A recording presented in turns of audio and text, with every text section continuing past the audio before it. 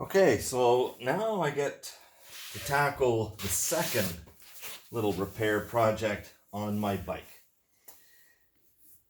And this happens because when I'm out in the rain or I go through any puddles, as soon as I do that, I get a red light that comes on the dash, the ABS light.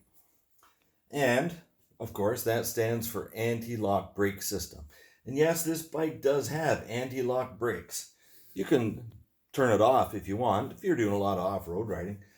Sometimes you need to skid the back wheel at a corner or around and something, and you don't want anti-lock braking because that will prevent the wheel from locking up and skidding. So you can turn it off. But in this case, when you'd want it, which is when the road is wet, it shuts off.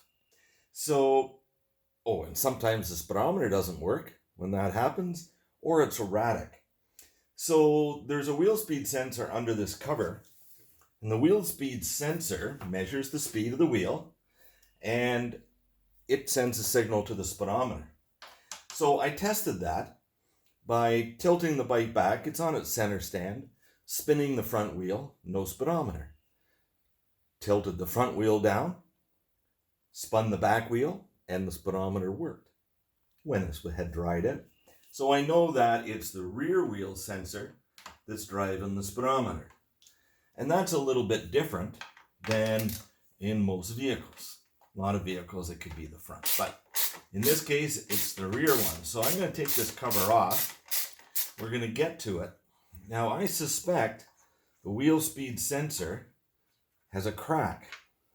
And that's letting moisture in. And as soon as the moisture comes in, that's causing a problem. So I'm going to see if it's possible to fix it, if it's a visible crack. Now, I better get my other tool. Take these two smaller screws out. There we go, right there.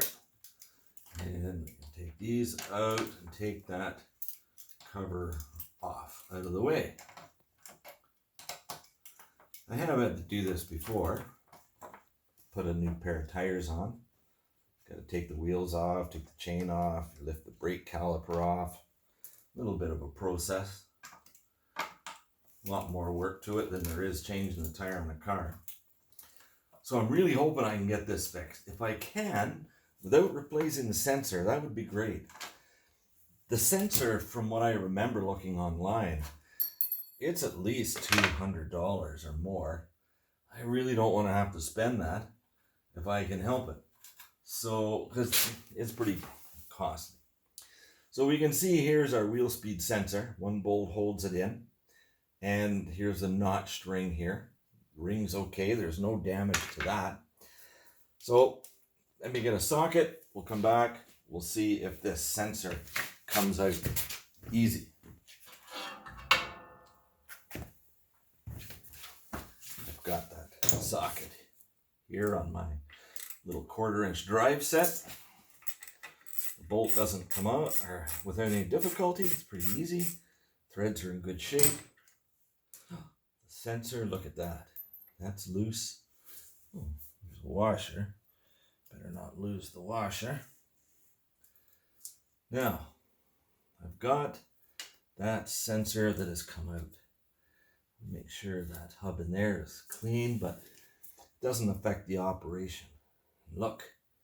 I've got a bit of dirt here. There's a lot of magnetic stuff. Now, this is like a little magnet in there. There's a fair bit of debris. I wonder if that's causing a bit of problem. I'd better get a cloth and wipe that off nice and clean.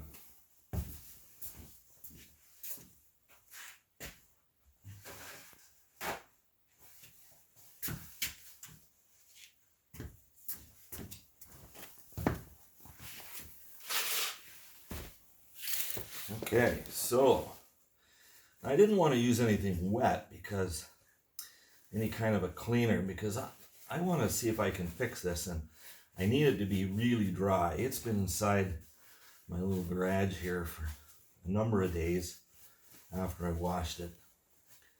It's although it looks like there's still lots of dirt on it, and I don't want it to get wet.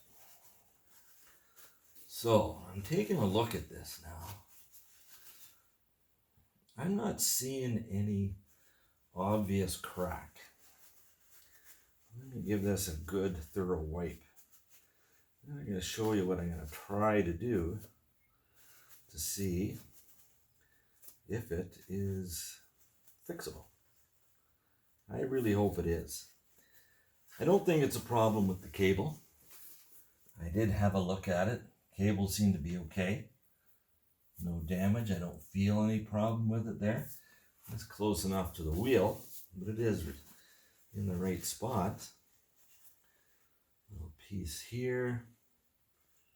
Not sure what that little plastic bit is for. Make sure that's clean. Pieces down on there. So now, once I'm satisfied I've got this really, really clean, I'm going to put something on it.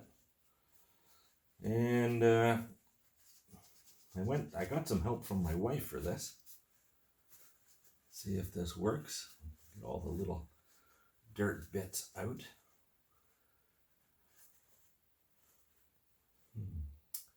Interesting. I don't see any problem.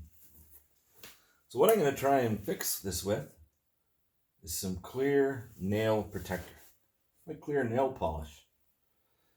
I'm going to coat it, and try a couple of coats.